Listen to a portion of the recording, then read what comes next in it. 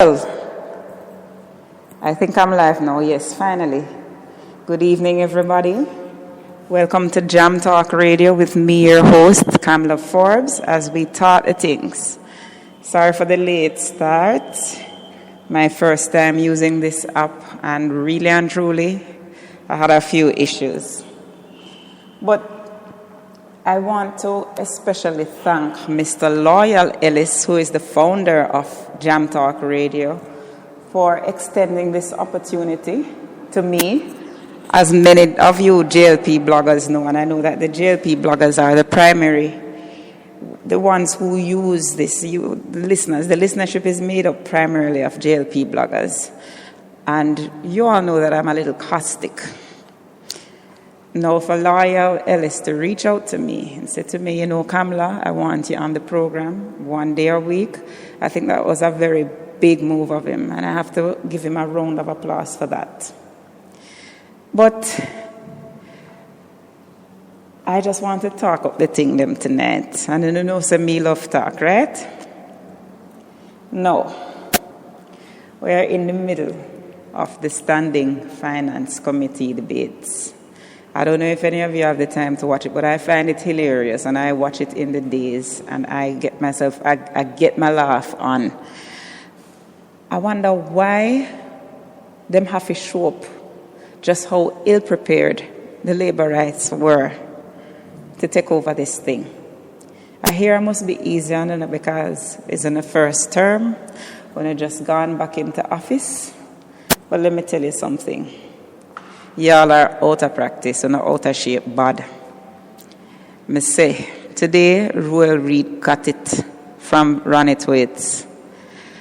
And I just want to bring up a few issues coming out of the Standing Finance Committee debates that I noticed. Today, of special interest to me was the fact that the PATH program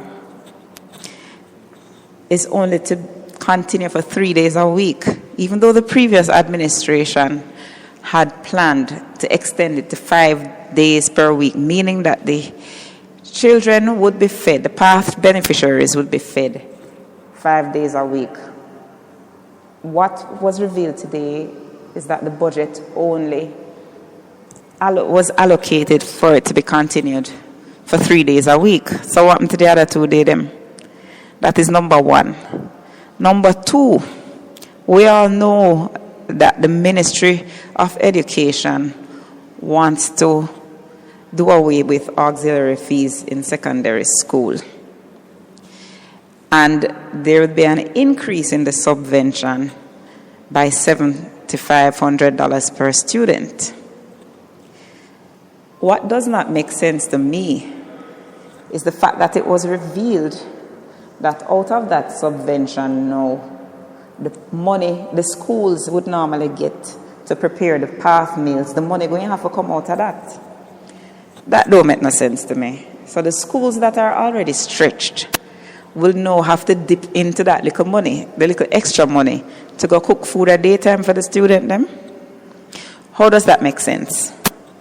Remember, auxiliary fees in some school were as high as $36,000, My son goes to an all-boys school in the corporate area, and for them auxiliary fees were basically almost $30,000, 28 mash per year. So you're cutting out that. How are the schools supposed to be funded? Where's the money going to come from? I don't know. We have some issues, some serious issues. Anyway, of one concern to me, and guess what? I'm not going to politicize it. Crime. I think every single Jamaican is supposed to be scared right now about what our country is becoming. And let me tell you something, we comrades are going to be bigger people with all of this. We are going to be the bigger people. We are not going to politicize crime like the previous administration. Campaign or no campaign, it is highly immoral for any party leader to go on stage and make the utterances that Andrew Holness made during the last campaign. That was just wrong. It was wrong. Wrong, wrong, wrong. Wrong, wrong, wrong. Anyway, we are now in this predicament. Probably it's poetic justice, I don't know. I'm sorry for him. That crime since March has just been unbearable, out of control, and very bizarre. I mean, 2 missionaries who come to Jamaica to help Jamaicans. 2 missionaries come here. They've been here for 14 years, helping communities, helping the very poor.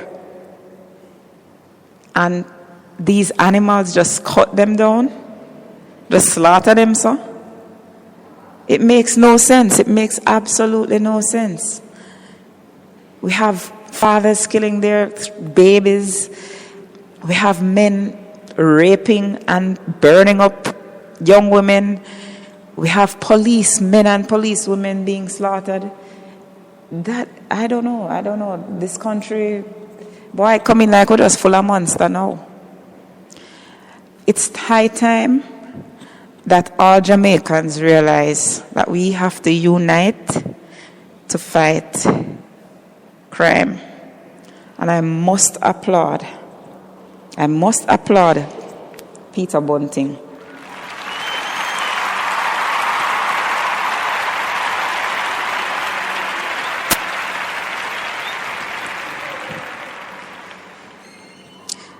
Peter deserves a round of applause.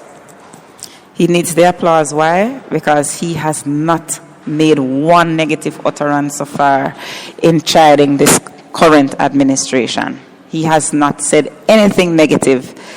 He said to me personally that he will not slam them because they are new, and he knows that basically they don't know what, they have no clue what is happening. So you have to give them time. And that's fair enough. That's fair enough. So, big man thing, let's give him a round of applause. He deserves it.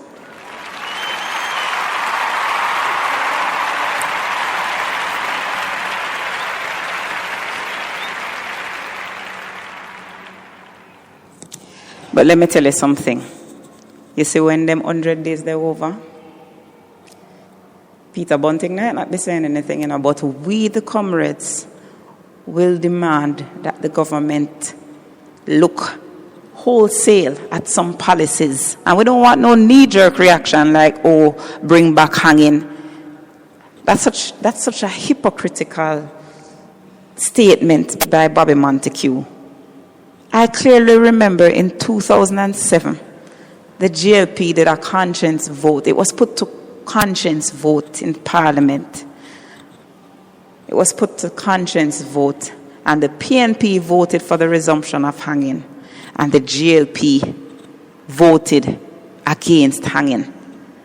So for the minister to now come with this idea is purely hypocritical. It's purely hypocritical. And I think that it was just a knee-jerk reaction. He just wanted something to say because he did not investigate how practical it is in this day and age. I am no lawyer, and I know about Pratt and Morgan case. I know about all these cases.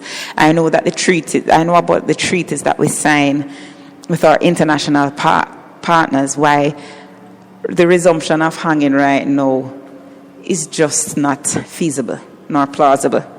So, Mr. Montague, keep your band-aid. Let us sit down as a country, together as a people, and come up with some meaningful solutions. What I suggest you do, sir, I suggest that you have a series of meetings and you hear from the people. I don't want to hear about no hanging right now, because in 2016, I don't really think that is feasible nor practical. Now, one area that we need to seriously look at in addressing crime is education. And anybody who listens to me, I'm always chatting off my mouth, would know that I strongly link the lack of education with crime. A more educated an individual is, the less reason he has to commit crimes. I'm not going to say you don't have white-collar criminals and sociopathic masterminds out there. Of course you do. But when you give people options, when you educate people, and they can earn, they become independent, that is one less reason for them. That is one less reason for them to commit crime. That is one less reason for them to commit crime. So as I said to you, investigate crime, the connection between crime and the lack of education. That's why I pain my heart when these people come to help us, these missionaries come, and we just cut them down like they're animals. Because these people come here to help us. No, all that has done is give Jamaica more negative publicity. And I feel so, me not lie, I feel sorry for the GLP. I feel sorry for no. Imagine, Jamaica only seems to get negative publicity when you're not in power. And I truly do pity you. I am sorry for you, because at the end of the day, listen to me. Right now, Jamaica don't need no negative publicity. Dudos was, 2010? Yes. And Jamaica was in the spotlight for being a hotbed of criminal activity. For weeks, we were in the media, and we just kept wondering when it would end. No. We have 2 dead American missionaries on our hands. Americans. Out of any other nation, it had to be the Americans. And we know the Americans don't like we. Right? We know anywhere Americans are and they die, that country is villainized. It had to be the Americans. No, I don't know how we're going to address this, but it has the ability to impact so many different ministries. Think about the impact on tourism. Even though Ed Bartlett said that it's not going to impact tourism, I guarantee you, give it a couple more nights on CNN and see what. Right? I have a friend in Cayman who already saying that people are saying them not white. We kill white people in Jamaica, and that's a fallacy, because these things don't happen every day. But it's just the perception that is out there. So I strongly believe that all stakeholders need to come together. And it's not just stakeholders in crime. It's stakeholders in crime. It's multifaceted, multi-ministerial. Stakeholders in crime, stakeholders in youth and culture, stakeholders in education, in local government, everybody. And it's not just the government problem, because trust me, it's not just government, it's not just JLP them killing, and it's not just PNP them killing all the way. We don't know who next. All we know somebody who has died violently, and it's just worse than a war zone. I fret daily for my family. I fret for my parents, because when I think of my father, I think of Trevor Meikle down in Mandeville, who was basically the same age as my father, and I am afraid. I think of my mother, and them still raping and killing old women. Well, my mother, if she ever hear me, my mother not old, so she say anyway. But basically, crime in Jamaica respects no age, it respects no sex, it respects no party, it respects nothing. These criminals basically are a law unto themselves. So again, I suggest a multifaceted approach. We need to come together and fight the crime. But I'm going to link the crime to the PATH program. Now, I've been on the ground. I'm one of those political activists That I don't just sit behind. I'm not a Facebook bully. And many labor rights can tell you that they meet me on the ground because I am on the ground. I am on the ground working. I'm not only on Facebook bullying. And I can tell you one thing. I've seen these people on the PATH program and they need it. I've seen people who live in some desperate situations, and if they don't have the PATH program money to get, the children just cannot go to school. It would be impossible for the children to go to school. And so I just hope that the government will consider these children before they make the cut. They said they have not changed anything in the PATH program, but it's anecdotal. Because too many people coming to me about this PATH program for us to keep kidding ourselves. Right? So, I warn you, when you are, quote unquote, reforming the PATH program, remember it says poor people picnic benefit. And them same poor people there, those same kids of the poor people, they are the ones who are deprived of this education that you say you want to make free now. Because guess what? Uncle Belly can't go to school, go learn. God bless Runitwits for ensuring that so many children were fed in the mornings and fed at lunchtime. So at least these parents could rest assured that them pick now go school, go starve.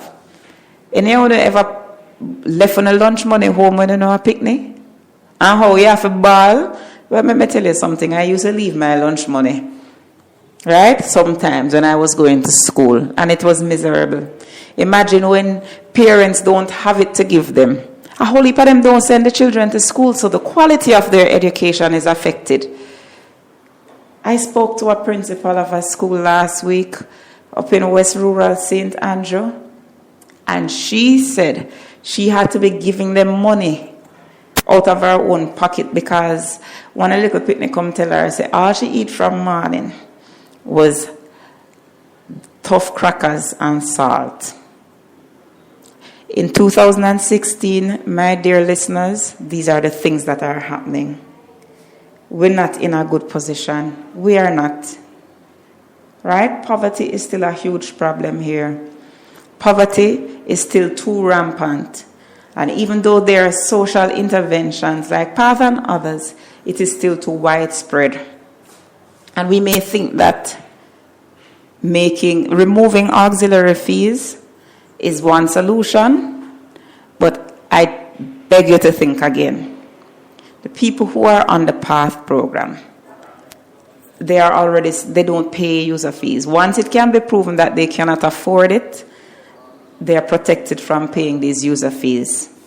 So, what the ministry is doing by removing user fees, or auxiliary fees, I should say, they're basically removing the fees from people who can pay. Like, for instance, some of us are better off than others, and we should contribute.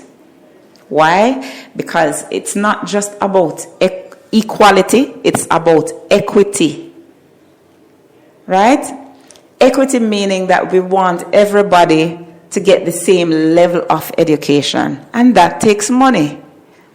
If you want to remove auxiliary fees in students of schools that are genuinely struggling, I can understand. But why are you going to remove auxiliary fees from a Campion or a Arden or a JC, Mr. Reed School, when 90% of the parents can afford it?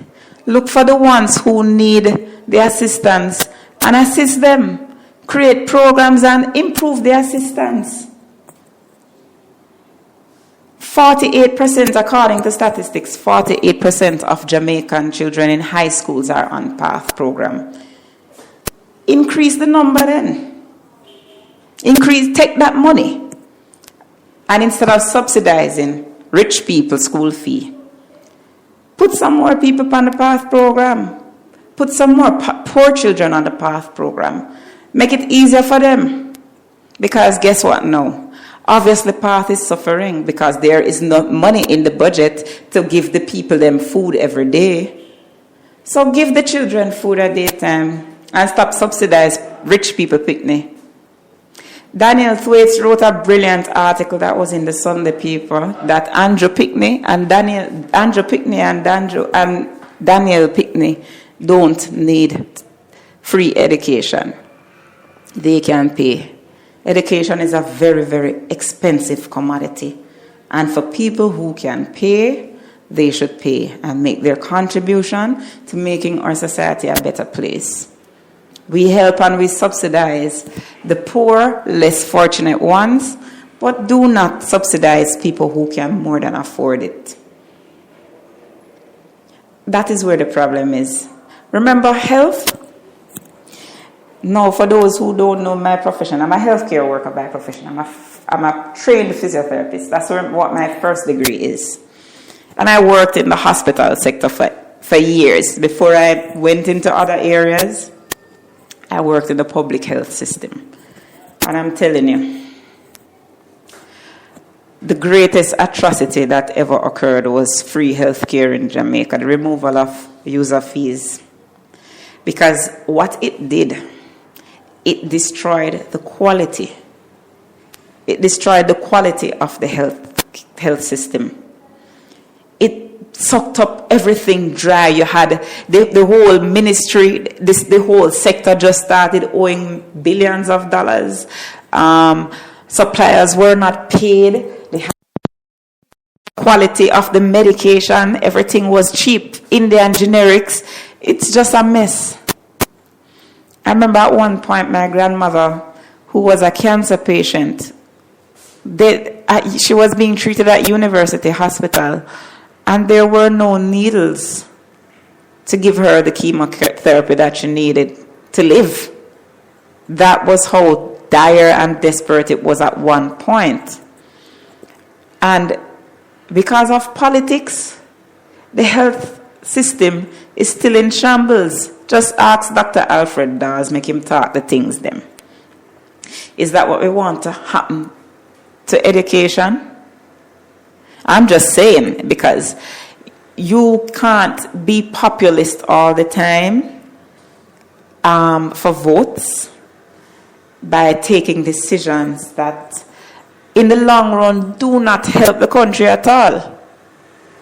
I mean, I keep telling people, Jamaica is too far in debt to be basically making these things free.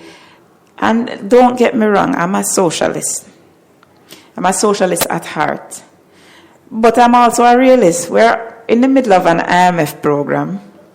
That an IMF come with austerity. IMF never come without austerity yet. IMF equal austerity. And we are in the middle of an IMF program.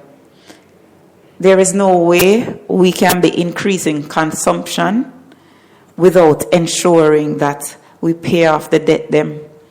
Because right now, every single Jack Mandora in Jamaica, Jack and Jane, the day them born, there is a $700,000 debt. Just because Jamaica is so much in debt as a nation. Right now, we can't afford to be giving tax breaks, sending people to school for absolutely free unless they absolutely need it. It's supposed to be all hands on deck, a collective effort to ensure that we draw the country out of the hole that we are in now. So I'm just saying, hey, I know you're all gloating because your tax corner, your tax plan was the pillar that you used, the pillar of your general election victory. But I implore you that we are not currently in a position to afford any of those things. Just ask Bruce Golden. Bruce Golden said it. Bruce Golden said it. He made alternative suggestions to the tax con. And can I tell you something? The alternative suggestion was already on the plan. Peter Phillips had already put it on the plan. to increase the tax threshold to $1 million? Yes. And we said it that was in our plan. So, for Bruce Golding now to be going on and acting like this is his original idea, no. Go look back on Peter Phillips' speeches, his addresses that he has made, and you will see that he suggested increasing the tax threshold to $1 million at first. Gradual increasing of the tax threshold. That is what the IMF stipulated. That's what the IMF said. Basically, increase the social safety net by increasing the tax threshold over time. Because guess what? Rome wasn't built in a day. And we, whether you want to admit it or not, we as a nation in the last 4 years, and it's collectively, because every single Jamaican made sacrifices. We all made sacrifices, and we all have to live with the results of our decisions. So we can't afford to throw away the results of our hard work because of populist promises that were designed strictly to win the election. You see, let me tell you something, listeners. I am not about any cheap politics. I'm not about any throwing stone, he say, she say politics. I'm into tackling issues, the real issues. No, labor rights. I mean, yeah, you tend to seek me out because I try to avoid you like the plague, but you still try to seek me out. But what you don't realize is that I genuinely do not believe that the GOP has the solutions to move the country forward. That's my belief, and I'm sticking to it. You can always try to prove me wrong, but you don't really start off on good footing because, after all, how much finance minister and de facto finance minister in Ministry of Finance now? 5 or 6? You have one minister, 2 minister without portfolio, minister of state, ambassador, plenipotentiary. I said the word go? Some will leap a big word. Then you have ambassador of economic growth. That was it? Right. To one Peter Phillips. And you can't even say Richard Biles was part of Peter Phillips' team because he's also part of JLP team too. So if we're going to count Richard Biles and EPOC, only still have him. Why not do with so much people to do the one job what Peter Phillips do? That just does not make any sense to me anyway. But here what? It's your government, you run the show. I just hope at the end of the day, Mr. Leachin, who promised the 5% growth, after him, when he said 5, him want in the next 5, during the next term, he's guaranteeing that the economy will grow by 5% a year. I don't know how I'm going to pull that off, but if he does, big man thing, if he does,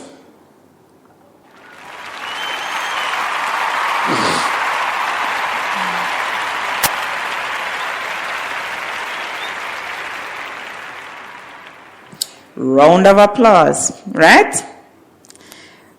And I say that simply because everybody that predicts, every predictor in the world shows that the world is going into a recession and that the countries that normally grow at 8% and all of them big figures probably grow at an average of 3 to 4%. So if Mr. Leachin can move, we who now grow, we have basically stagnant, slow growth because we're coming out of a hole. If he can move us to growing in 5% in that short time, then him is a genius. Wouldn't you agree? And him deserve the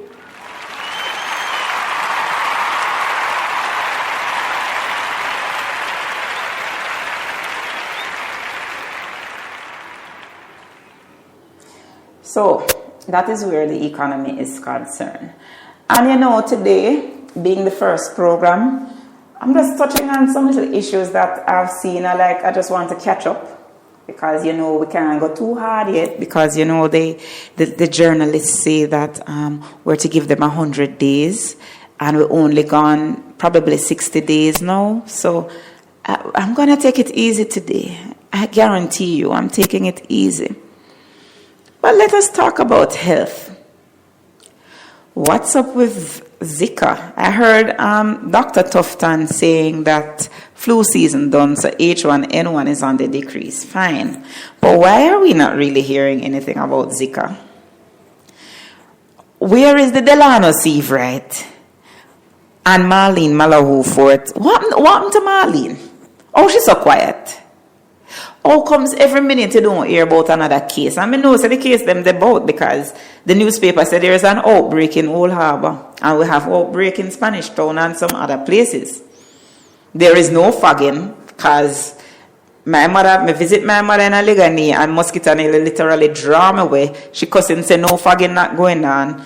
I'm on the road daily between I'm all over the place and there is no fogging. What are you doing to ensure that more Jamaicans don't get Zika? And let us not go down the road of confirmed versus suspected. And what the lab confirmed and versus what what is suspected.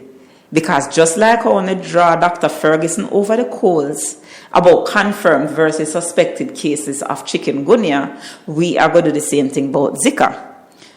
There is no way in hell every single doctor is going to send every single lab sample to the lab to get tested. Right? Especially when there is an outbreak. So what I suggest you do, as you suggested in the last administration when they were dealing with Zika, with chikungunya, just call it an outbreak and done.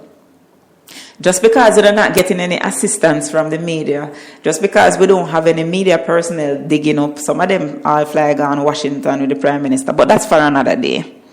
But we don't have no media personnel in the hospitals and in the doctor office, them digging up files. No, because come here, don't stay some. That's not our style. We don't politicize health and we don't politicize crime and we don't politicize education. So we not going to be digging up, taking pictures of people suffering in them hospital and digging up people file to find out how much people dead on them something. No, we don't do them something there. So we left that to owner, if you don't think that. But all I am saying is start up back with the Zika prevention program because right now no mosquito fogging now go on, no drain cleaning now go on. We need to see some of those things to ensure the mosquito don't draw away and give we, because dengue is still about in them. Give we dengue or chikungunya or Zika. And we're hearing that Zika actually has it's more deadly than the scientists initially thought. And they don't fully understand the condition as yet. They know that it is linked, apart from microcephaly, it is linked also to Guillain-Barré disease. And no, that disease is very deadly. That disease is a nervous disease. It actually attacks your nervous system, where you get paralyzed. You have to go in the ICU. You have to go on an incubator, on life support. You have to be intubated. And if you are not, you die because it paralyzes you, temporary paralysis. So we don't want a whole heap of people with Guillain-Barré. We don't know how our bodies will react to this disease. We don't know how it will affect any of us. Some will be worse affected by others. Just like how chikungunya killed some, Zika potentially can kill some. We're hearing also that hemorrhagic dengue is also around. Remember, all of these diseases are caused by the same pathogen, the same mosquito, not the same pathogen, the same mosquito, the Aedes aegypti mosquito. So we have to be careful. We need for Minister, please start the fogging again. Start the fogging again. Now, I think I have spoken about what I have to speak about. This program is actually supposed to be for 1 hour long. I think next week I probably start talking to some people. I'm not sure yet. I'm still trying to figure out what format I'm to use. And feel free to make the suggestions. As you see that I'm actually being very nice. I'm not cussing. I'm not bash nobody. I'm making suggestions that can move the country forward as a nation. Because guess what? Politics can't yam. And at the end of the day, when the American them and the Canadian them come to Jamaica, them don't ask who is comrade and who is labor right. When all of us suffer down here, comrade don't suffer more than labor right, and labor right don't suffer more than comrade. Bullet don't kill one party more than the other party. So we're going to keep it real and talk up the things them. So, till more time, when we have some more things to talk about, we will hold a reason. I'm your host, Kamla Forbes. PNP blogger, Kamla Forbes, let me just specify. And we'll hold a reason on Jam Talk Radio next week, Wednesday. I hope I get the thing right by then. Next week, Wednesday, from 6 o'clock to 7 o'clock. So take care of yourselves. I'm having fun with these side effects. These special, what are the names? Special effects. All right, bye-bye.